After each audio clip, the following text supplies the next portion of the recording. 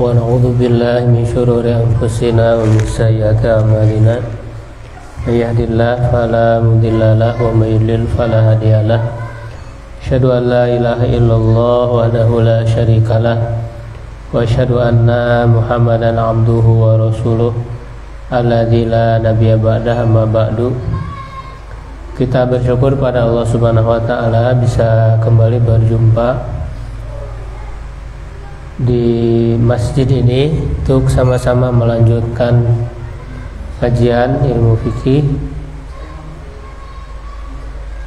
melanjutkan yang sebelumnya yang sudah kita bahas, yaitu yang membatalkan wudu, di mana yang membatalkan wudu itu ada 5 ya. Yang pertama kencing, buang air besar dan kentut. Kemudian yang kedua keluar mazi dan wadi. Yang ketiga setiap yang mewajibkan mandi, yaitu keluar mani, berhubungan suami istri, walaupun tidak keluar sampai keluar mani ya, jadi pokoknya berhubungan suami istri. Dan haid dan nifas. Jadi selain dia mewajibkan mandi, ya otomatis wudu pun menjadi batal. Yang keempat tidur pulas yang tidak ada lagi kesadaran ya. Nah yang kelima hilang akal, baik karena mabuk, pingsan atau gila. Nah itulah ya 5 hal yang bisa membatalkan wudu. Nah ada hal-hal lain yang perlu kita bahas, yang oleh sebagian orang atau sebagian ulama itu dianggap membatalkan ya, tetapi yang lebih kuat insyaallah dengan mengkaji ya dalil-dalilnya, ini tidak membatalkan. Jadi kita perlu memahaminya, perlu mengetahuinya ya, agar tidak bingung ya. Jadi memang kalau perbedaan pendapat ya ada gitu, para ulama berbeda pendapat. Nah, tapi kan di tengah perbedaan pendapat ini kita harus memilih ya apa sikap kita. Nah sehingga dengan kita memahaminya ya kita tidak lagi bingung ya, tidak lagi ragu-ragu, ada pegangan ya, ada pemahaman gitu ya. Karena kan nanti akan para jamaah ya, para bapak akan mendapat informasi yang berbeda ketika misalnya bertanya kepada ustadz yang lain, kepada pengajian yang lain. Nah, tetapi ketika kita memilih itu bukan hanya sebatas memilih, tapi betul-betul ya kita perhatikan ya pemahamannya seperti apa, kenapa memilih pendapat ini gitu. Makanya di sini kita perlu membahas secara tuntas, walaupun ringkas tapi insya Allah tuntas, sehingga bisa menjadi pegangan. Tidak ada lagi kebingungan, tidak lagi kegalauan. Ada pegangan yang kita pegang. Bukan lagi hanya sebatas katanya-katanya. Walaupun tidak hafal dalilnya, tapi paham gitu. Oh ini dalilnya. Kalau misalnya nanti lupa kan ada makalah tinggal dibaca lagi. Ada hadisnya tinggal dicek lagi gitu. Tinggal ditanyakan lagi kalau ada yang tidak paham. Yang penting kita tahu, oh ini alasannya itu seperti ini gitu. Nah yang pertama, bersentuhan kulit laki-laki dan perempuan. Nah ada ulama yang mengatakan batal ya, yaitu misalnya ya mazhab Syafi'i. Ya di Indonesia ya sebagian kalangan kan banyak berpegang kepada ini. Ya tapi kita lihat alasannya. Ya alasan kenapa mereka mengatakan bersentuhan kulit laki-laki dan perempuan itu membatalkan wudu.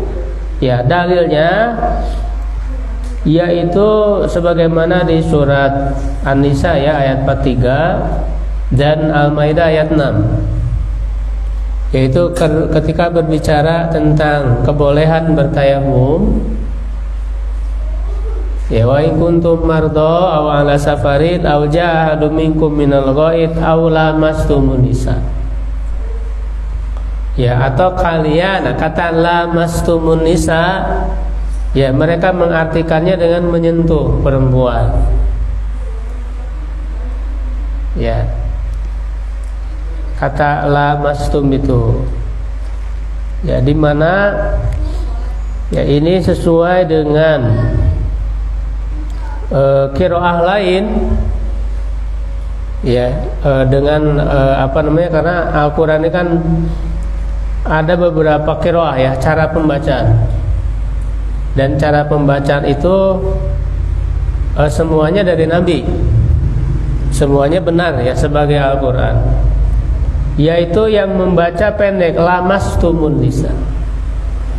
Ya, jadi dari segi pembacaan memang ya ada yang membaca lamastum dan ada yang membaca lamastum. Ya, nah dengan qiraat lamastum tadi, ya mereka memahaminya secara makna asal. Memang makna asal lamasa yalmasu itu artinya menyentuh, secara asal maknanya, ya kan? Ya, begitu juga misalnya dalam ayat lain digunakan kata lamasa, itu artinya menyentuh. Surat Al-An'am ayat 7, falamasuhu biaidihim, lalu mereka dapat menyentuhnya dengan tangan mereka sendiri. Dan juga digunakan dalam hadis ya, misalnya Rasul mengatakan la'allaka lamasta, barangkali kamu hanya menyentuh saja. Nah, memang kata lamasa itu secara arti asal menyentuh, secara arti asal. Ya. Nah, kemudian mereka juga beralasan memahami ya kenapa bersentuhan kulit laki-laki dan perempuan itu membatalkan wudu, karena hal tersebut dapat menyebabkan bergeraknya syahwat. Ya, mazinnah sauron asyahwa. Nah, jadi ini alasan berikutnya. Kenapa menurut mereka laki-laki dan perempuan bersentuhan kulit? Karena itu bisa menggerakkan syahwat. Nah, makanya mereka mengecualikan kalau bersentuhannya dengan mahram itu tidak batal, karena dianggap itu bukan tempat bergeraknya syahwat kalau dengan mahram. Kalau istri kan bukan mahram, makanya boleh dinikahi. Mahram itu kan tidak boleh dinikahi. Ya, nah istri bapak itu mahram bukan? Bukan, makanya boleh dinikahi. Ya kan? Nah, sehingga bersentuhan dengan istri itu membatalkan wudu menurut pendapat ini.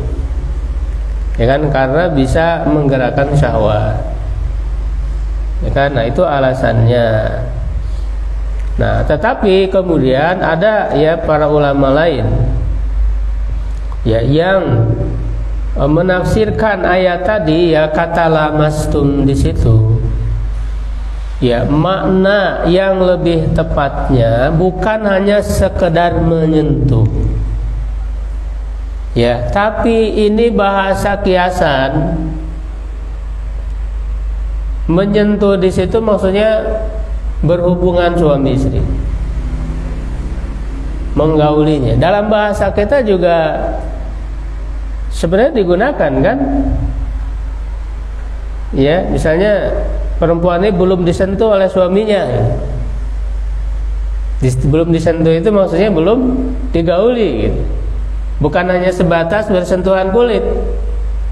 Kalau bersentuhan kulit ya pasti gitu. Masa tidak pernah bersentuhan kulit? Jadi dalam bahasa kita pun kata menyentuh itu bisa bermakna berhubungan suami istri, menggauli. Ini bahasa kiasan, bahasa majaz. Ya, nah siapa yang mengartikan mulamas atau lamastumun nisa ini adalah berhubungan suami istri atau jima, yaitu Ibnu Abbas, seorang sahabat. Ibnu Abbas seorang sahabat yang paling ahli dalam tafsir. Beliau menafsirkan ya lamastumun nisa ini jima, bukan hanya sebatas bersentuhan kulit. Ya, itu bisa dilihat misalnya di tafsir Ibnu Katsir jilid 2 halaman 314, tafsir At-Tabari halaman 63 sampai 68. Di situ disebut riwayat-riwayatnya. Ya. Nah, itu kan dari segi memahami kata lamasum. Nah, memang ada ya sahabat lain ya yang mengartikan lamastum itu tadi menyentuh. Ya, jadi dari sisi pemaknaan lamastum. Nah, tetapi akan lebih dikuatkan lagi dengan hadis, ya. Jadi kita lihat kan tidak cukup hanya dari pemahaman ayat ini saja. Ya, tapi kita lihat bagaimana prakteknya di dalam hadis. Ya, prakteknya di dalam hadis. Nah, hadis yang paling kuat yang menunjukkan bahwa bersentuhan kulit laki-laki dan perempuan tidak membatalkan wudu, ya, yaitu kisah ketika Rasulullah SAW itu apa namanya, sedang sholat, ya, Aisyah menyentuh kaki beliau. Ya, hadis ini sahih dalam riwayat Muslim. Ya, dalam sahih Muslim nomor 222. Ya, Abu Daud ya dan Tirmidzi. Dari Abu Hurairah dari Aisyah. Dari Abu Hurairah dari Aisyah, Aisyah berkata, faqatu Rasulullah sallallahu alaihi wasallam lailatan minal firash. Pada suatu malam aku kehilangan Rasulullah SAW dari tempat tidur. Jadi pas malam hari di tempat tidur mana Rasul nggak ada. Ya, faltamastuhu, lalu aku mencarinya. Fa waqa'at yadi ala batni qadamaihi wa huwa fil masjidi wa huma mansubatani. Lalu tanganku menyentuh bagian perut atau dampal kedua telapak kaki beliau. Ya, beliau sedang di masjid dan kedua telapak kaki beliau dalam keadaan tegak berdiri. Ya, tegak berdiri maksudnya ketika dalam keadaan sujud. Kan antara masjid dengan rumah Aisyah kan berdampingan, Pak. Bahkan pintunya itu nyambung gitu ya. Jadi ada pintu langsung gitu ya di rumah Aisyah, Masjid Nabawi. Rasul di dekat situ. Ya, Rasul mungkin di dekat pintu ya, karena Aisyah itu kan dia sedang apa namanya? Mencari ya Rasulullah SAW. Nah, lalu tangannya itu menyentuh kaki.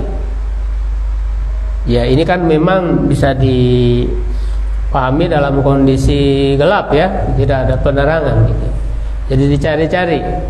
Nah, ternyata tangan Aisyah itu mengenai dampal ya, dampal kaki ya atau bawah kaki Rasulullah SAW yang dampal kakinya itu ditegakkan ya, artinya beliau sedang sujud. Karena ketika sujud ya dampal kaki ini ditegakkan kan, ya tegak. Nah, lalu dipegang oleh Aisyah, itu terkena tangan Aisyah mengenai kaki Rasulullah SAW. Ya, nah pada saat itu Rasul sedang berdoa. Ini disebutkan doanya, Allahumma a'udzu biridhaka min sakhatika wa bimu'afatika min uqubatik wa a'udzu bika minka la usisanan 'alaika anta kama asnaita 'ala nafsik. Ya Allah, aku berlindung kepada ridhamu dari kemurkaanmu dan kepada ampunanmu dari siksaanmu. Dan aku berlindung kepadamu dari siksamu. Aku tidak dapat menghitung pujian atasmu sebagaimana engkau memuji atas dirimu. Nah, jadi pada saat itu Aisyah menyebutkan Rasul sedang membaca doa tersebut. Nah, dalam hadis ini menunjukkan ya ketika Aisyah dan Rasul bersentuhan kulit, berarti karena Aisyah memegang dampal kaki Rasul, berarti itu bersentuhan kulit. Tetapi Rasul tetap dalam keadaan sholat, tidak membatalkan sholatnya. Ya, jadi kalaulah bersentuhan kulit itu membatalkan wudhu, ini saya Rasul akan membatalkan sholat dan mengulangi wudhu. Nah, ini hadis yang paling kuat. Sehingga akhirnya di mazhab Syafi'i misalnya yang mengatakan membatalkan, itu juga akhirnya mereka agak kebingungan gitu menyikapi hadis ini. Akhirnya mereka apa istilahnya mentakwil, mengalihkan dengan apa namanya tawilan-tawilan yang jauh. Ya, itu dimungkinkan ada penghalang. Jadi dimungkinkan pakai kaos kaki gitu. Jadi pada saat memegangnya itu tidak nempel. Itu kan hanya sebatas apa? Asumsi. Tidak ada kejelasan. Di sini ketika Aisyah mengatakan bahkan dengan jelas ya, fa waqa'at yadi ala batni qadamai. Tanganku ya itu menyentuh waqa'at. Ya, menyentuh dampal kedua kakinya. Itu kan jelas sekali, jelas menunjukkan nempel, menunjukkan bersentuhan. Kalaulah ada penghalang, niscaya akan disebut. Kan ini secara jelas menyentuh. Kalau misalnya ada penghalang, itu kan bukan menyentuh. Tidak menyentuh dampal kaki, batni qadamai, tapi menyentuh kaos kaki harusnya.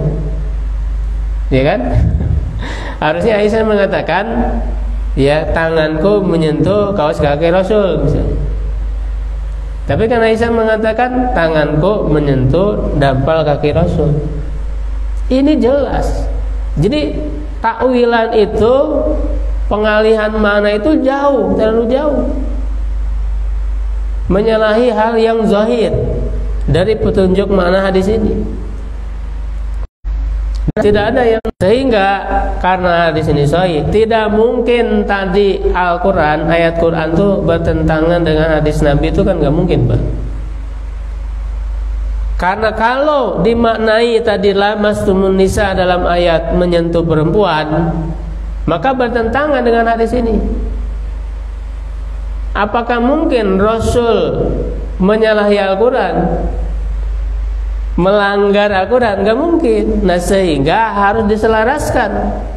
Karena tidak mungkin antara satu dalil dengan dalil lain, Quran dengan Quran, ya Quran dengan sunnah, sunnah dengan sunnah, itu tidak mungkin bertentangan. Maka dia dipahami ya secara selaras. Ya, maka ya dengan begitu harus dipahami kata lamastumun nisa itu maknanya jima, bukan hanya sebatas menyentuh saja. Ya, karena ada hadis ini. Ya, ada hadis lain sebenarnya ya. Kalau kita lihat misalnya di Bulughul Maram kan Ibnu Hajar menyebutkan hadis ketika Rasul mau berangkat sholat itu mencium istri Rasul dulu kan. Tapi memang hadis itu lemah, hadis itu dhaif. Ya, kalau hadis tersebut bisa dibantah karena ada kedhaifan. Tapi kalau hadis ini sahih, nggak bisa dibantah secara riwayatnya. Ya. Nah, kemudian juga kalau kita melihat siyaqul kalam, ya siyaqul kalam, alur pembicaraan yang ada di dalam ayat Al-Quran tadi, ya itu lebih kuat dimaknai jima, bukan hanya bersentuhan. Karena jima itu kan hadas besar. Nah, coba dilihat di rangkaian ayatnya. Ini seperti dijelaskan misalnya oleh Syekh Utsaimin, ya, Ibnu Utsaimin dalam Syarah Al-Mumti, dan juga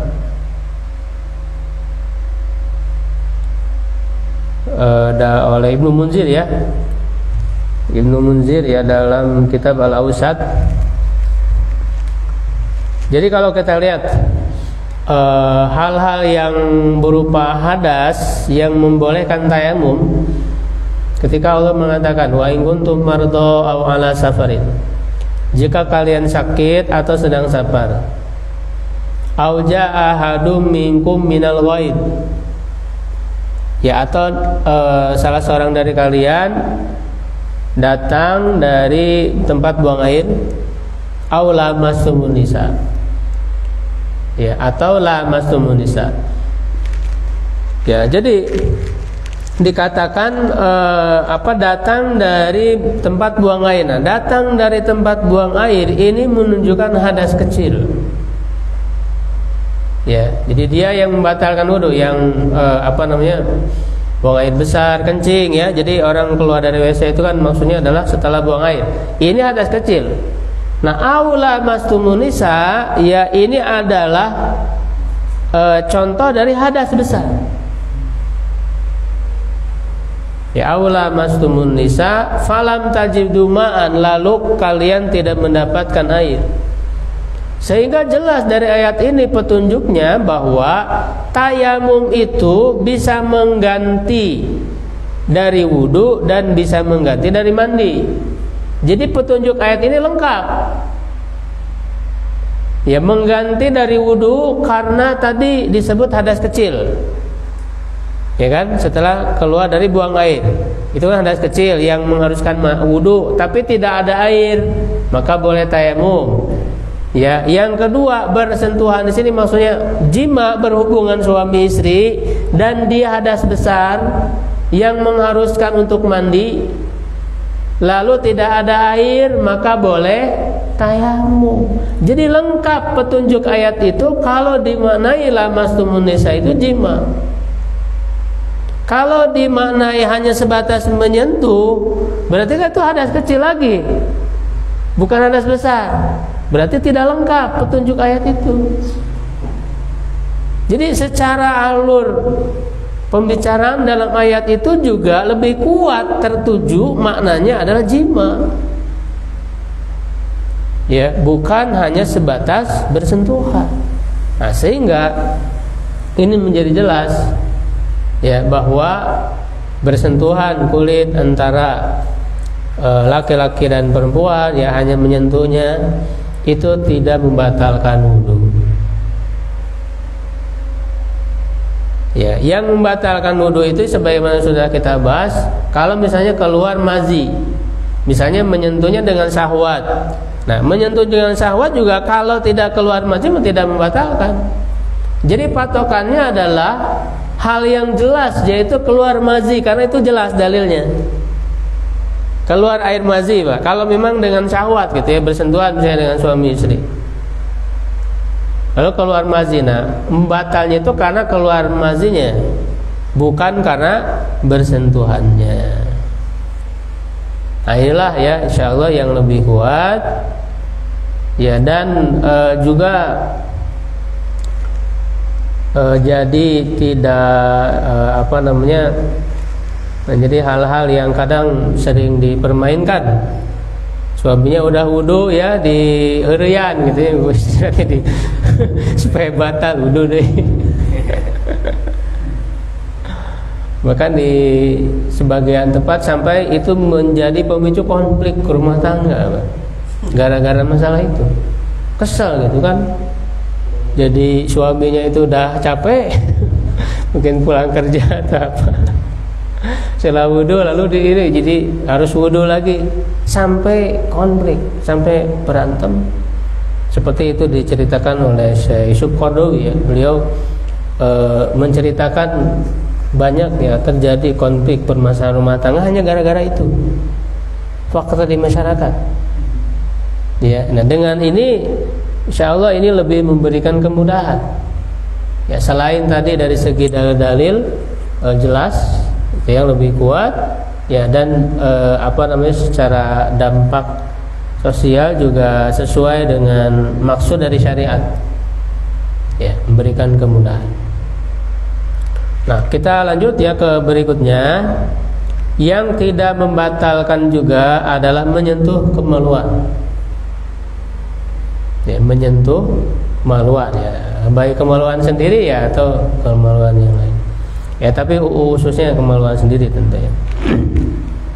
Nah, karena ada ya sebagian ulama yang mengatakan batal.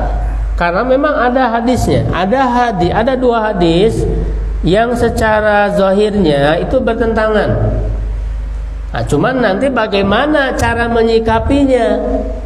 Karena kan hakikatnya kan tadi tidak mungkin antara satu dalil dengan dalil itu bertentangan, nggak mungkin, sehingga harus didudukkan pada tempatnya. Ya, harus ada jalan keluar. Tidak mungkin ya, karena secara zahirnya bertentangan. Yaitu yang pertama ya hadis dari riwayat ya dari sahabat Talq bin Ali. Yang pertama ini yang menunjukkan tidak batal menyentuh kemaluan.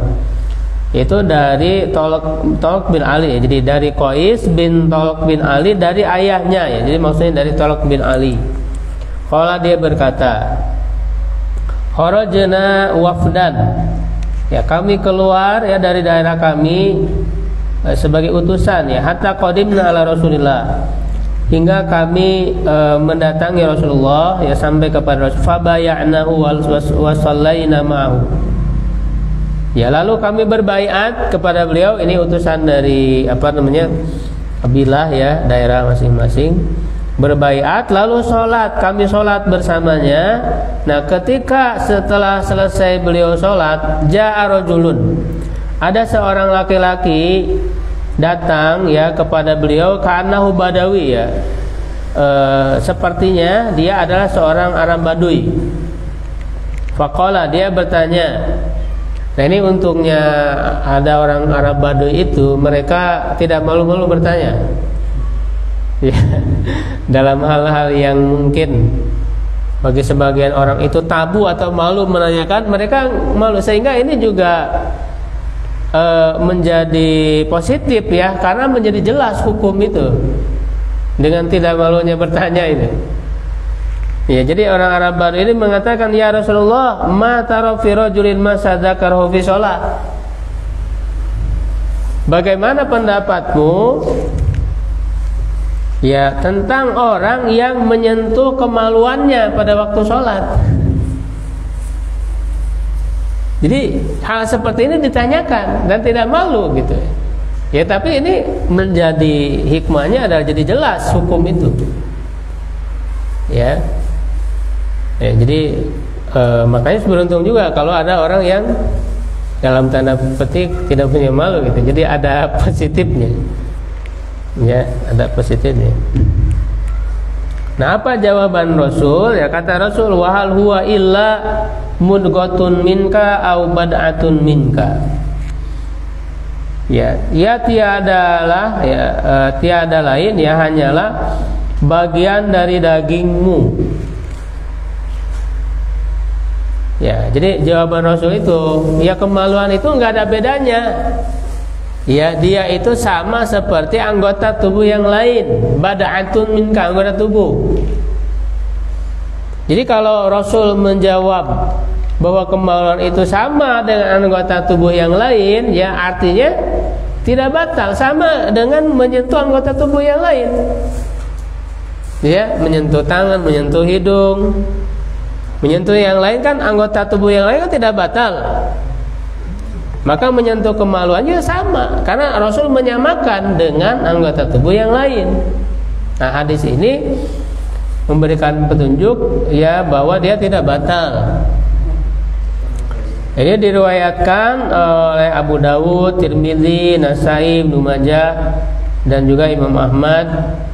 Redaksi yang saya kemukakan di sini ada pada Nasai. Karena dalam redaksi lain nanti ada bad'atun minhu, kalau di sini bad'atun minka. Ada perbedaan redaksi. Tapi intinya sama ya. Nah, itu hadis yang pertama. Nah, hadis yang kedua yang menunjukkan bahwa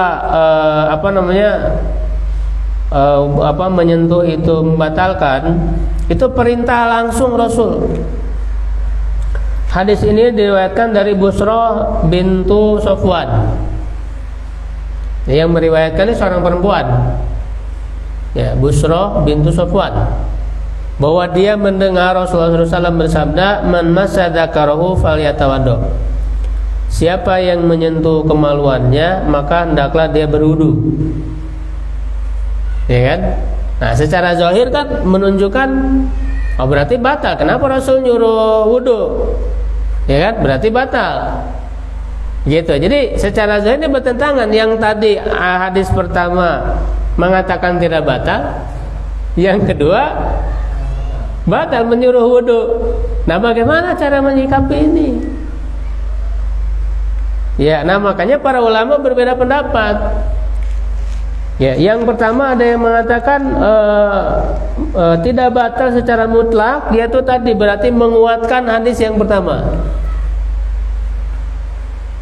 Ya, kalau menguatkan hadis pertama berarti nanti mereka mencari alasan ataupun argumen bahwa hadis yang kedua itu lemah, itu dicari-cari. Ya. Ada juga sebaliknya yang mengatakan batal, yaitu menguatkan hadis yang kedua, berarti kan melemahkan hadis pertama. Ya kan? Itu juga sama, ada cari-cari apa kelemahannya. Gitu. Ya, nah ada pihak ketiga, ini masing-masing ada ulamanya ya. Di antara yang mengebatal misalnya dalam mazhab Syafi'i juga batal. Itu tadi berarti kan menguatkan hadis yang kedua. Ya. Itu lebih menguatkan atau bahkan mengatakan bahwa hadis pertama itu dinasah. Jadi nasah itu artinya digugurkan hukumnya. Karena dianggap hadis pertama itu lebih dulu, sedangkan hadis kedua itu lebih belakangan, sehingga menghapus. Nasah itu artinya menghapus hukum. Ya, nah ada pihak ketiga yang mengkompromikan dua-duanya hadis ini dipakai, tidak dilemahkan karena yang benar ya secara riwayat ini dua-duanya sahih. Dikompromikan sehingga melahirkan kesimpulan ya perintah Rasul di hadis yang kedua itu tidak menunjukkan wajib, tapi hanya menunjukkan sunnah. Nah, pendapat ini yang saya kira insya Allah lebih kuat. Ya, pendapat yang mengkompromikan ini yang lebih kuat. Karena yang mengatakan tadi nasah itu oleh para ulama dijelaskan bahwa ini tidak tepat menurut para ahli ilmu ushul fikih. Alasan menasahnya lemah. Karena hanya beralasan Busrah ini masuk Islamnya lebih belakangan. Itu jadi hanya sebatas dilihat kapan dimasuk Islamnya dari dua perawi hadis ini, dari dua sahabat ini. Nah, itu kata para ulama tidak kuat menjadi alasan untuk menasah. Sehingga lebih tepat tidak dinasah. Nah, karena hadisnya dua-duanya sahih, ya jangan diabaikan salah satunya. Harus digunakan dua-duanya, dikompromikan. Bahwa hadis yang pertama menunjukkan tidak batal, jelas. Yang kedua, perintah itu tidak menunjukkan wajib, tapi menunjukkan sunnah. Makanya kan kaidahnya kan jelas, perintah itu memang secara asal menunjukkan wajib, tapi kalau ada dalil lain, nah ini kan dalil lainnya ada yang memalingkan, maka dia bisa beralih kepada hukum sunnah. Ya, nah pendapat ini diantaranya dipegang oleh Imam Malik, satu riwayat dari Imam Ahmad, dan yang dikuatkan oleh Syekhul Islam Ibnu Taimiyah. Misalnya As-Sun'ani mengatakan dalam kitab Subul Salam, beliau mengatakan wa amma Malik falamma ta'aradul hadisan qala bil wudu min masjid zakar nadban la wujuban. Adapun Imam Malik, ketika kedua hadis ini terlihat bertentangan tadi, maka dia berpendapat berwudu dari menyentuh kemaluan itu ya sebagai bentuk sunnah. Nadban hukumnya sunnah, la wujuban tidak wajib.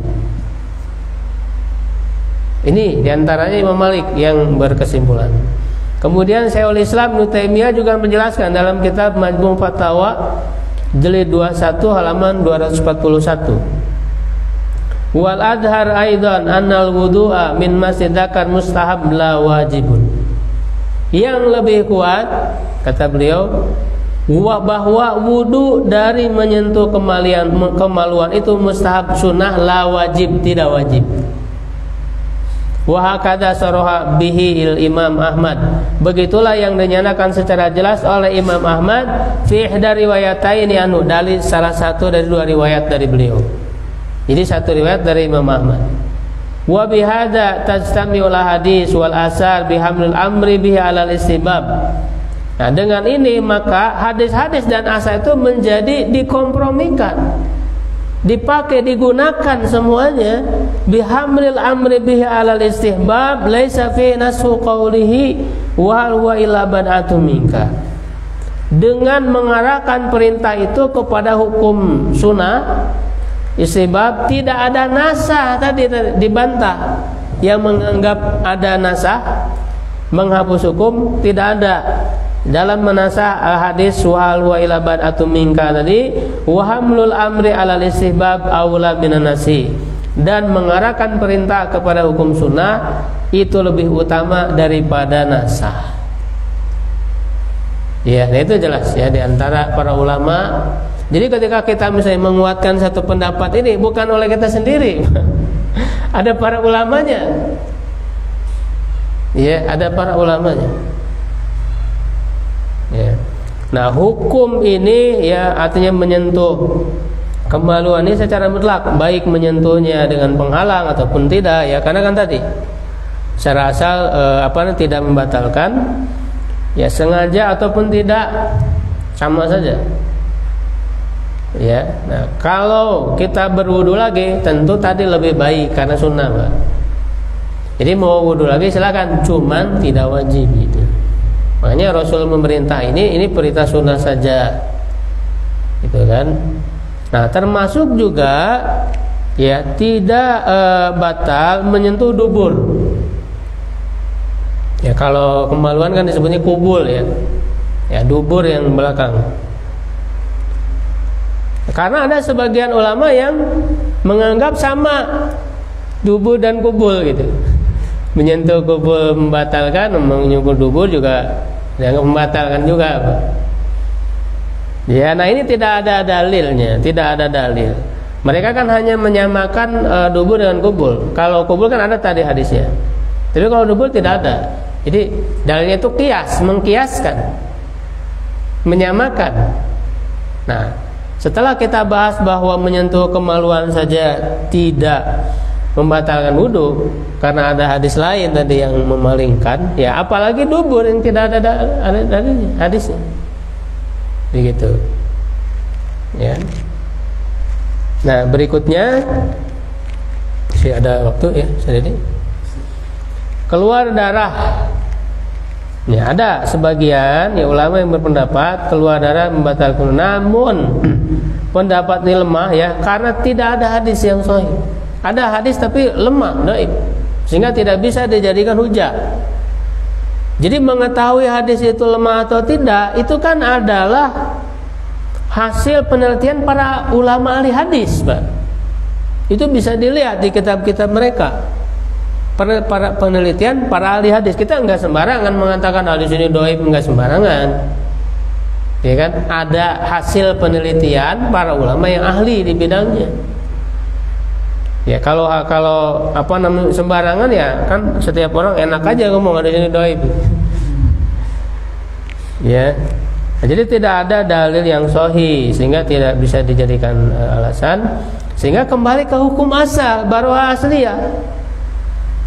Hukum asal tidak batal. Di samping ada hadis-hadis lain yang menunjukkan tidak batal, sebagaimana yang sudah dibahas dalam pembahasan najis, bahwa darah itu tidak najis, ya, yaitu misalnya perkataan Hasan Al-Basri ya yang menyebutkan kaum muslimin, ya artinya ketika beliau menyebutkan kaum muslimin ya artinya dia umum ya, mencakup di zaman beliau. Ya Hasan Al-Basri itu kan termasuk tabi'in ya, zaman tabi'in, zaman sahabat, zaman Rasul. Jadi kaum muslimin itu senantiasa sholat dalam kondisi luka-luka mereka. Ya, jadi ketika mereka luka tetap sholat. Nah, menunjukkan keluar darah tidak membatalkan wudhu. Kemudian juga ada sahabat ya yang terkena hujaman panah orang musyrik waktu sedang sholat malam. Bahkan panah, ada 3 panah mengenai tubuhnya itu. Jadi sedang sholat, terkena panah, dicabut, kena lagi sampai 3 kali. Otomatis kan keluar darahnya pun banyak. Itu diantara keteguhan ya seorang sahabat, kehusuan, bagaimana dia khusyuk dalam sholat itu, dia tetap melanjutkan sholat dalam kondisi seperti itu, tidak membatalkan. Nah, ini menunjukkan tidak batal. Kemudian juga Umar bin Khattab waktu beliau dibunuh kan, Umar bin Khattab kan meninggalnya dibunuh waktu sholat subuh mengimami. Ya ada penyusup tuh orang Majusi bawa belati ya, pisau, ditusuk ke Umar bin Khattab dari belakang dengan beberapa tusukan. Nah itu kan mengalir darah itu banyak, tapi Umar melanjutkan sholatnya, nggak selesai.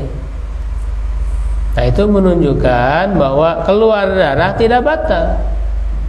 Kalaulah batal, ya Umar akan menghentikan sholat. Umar itu sahabat yang dekat dengan Rasul dan dia tahu ya bagaimana yang diajarkan oleh Rasulullah. Ya, nah kemudian yang berikutnya muntah. Nah muntah ini sama dengan darah. Ya hukumnya, perkaranya tidak membatalkan. Nah adapun hadis yang mengatakan dari Abu Darda, ini hadisnya sahih, Rasul itu muntah lalu beliau berbuka ya, buka puasa saum, lalu beliau berwudu.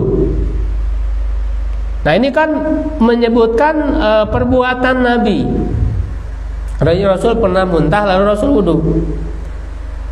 Nah kalau perbuatan hanya sebatas perbuatan itu tidak serta-merta menunjukkan hukum wajib. Ya, tapi hanya menunjukkan hukum sunnah. Kalau wajib Rasul langsung mengatakan, memerintahkan. Tapi kalau hanya dilakukan oleh Nabi, itu tidak otomatis menunjukkan wajib. Ya, makanya ini hanya menunjukkan hukum sunnah saja. Ketika orang muntah, ya mau wudu lagi silahkan, lebih baik sunnah, cuman tidak wajib karena tidak membatalkan wudu.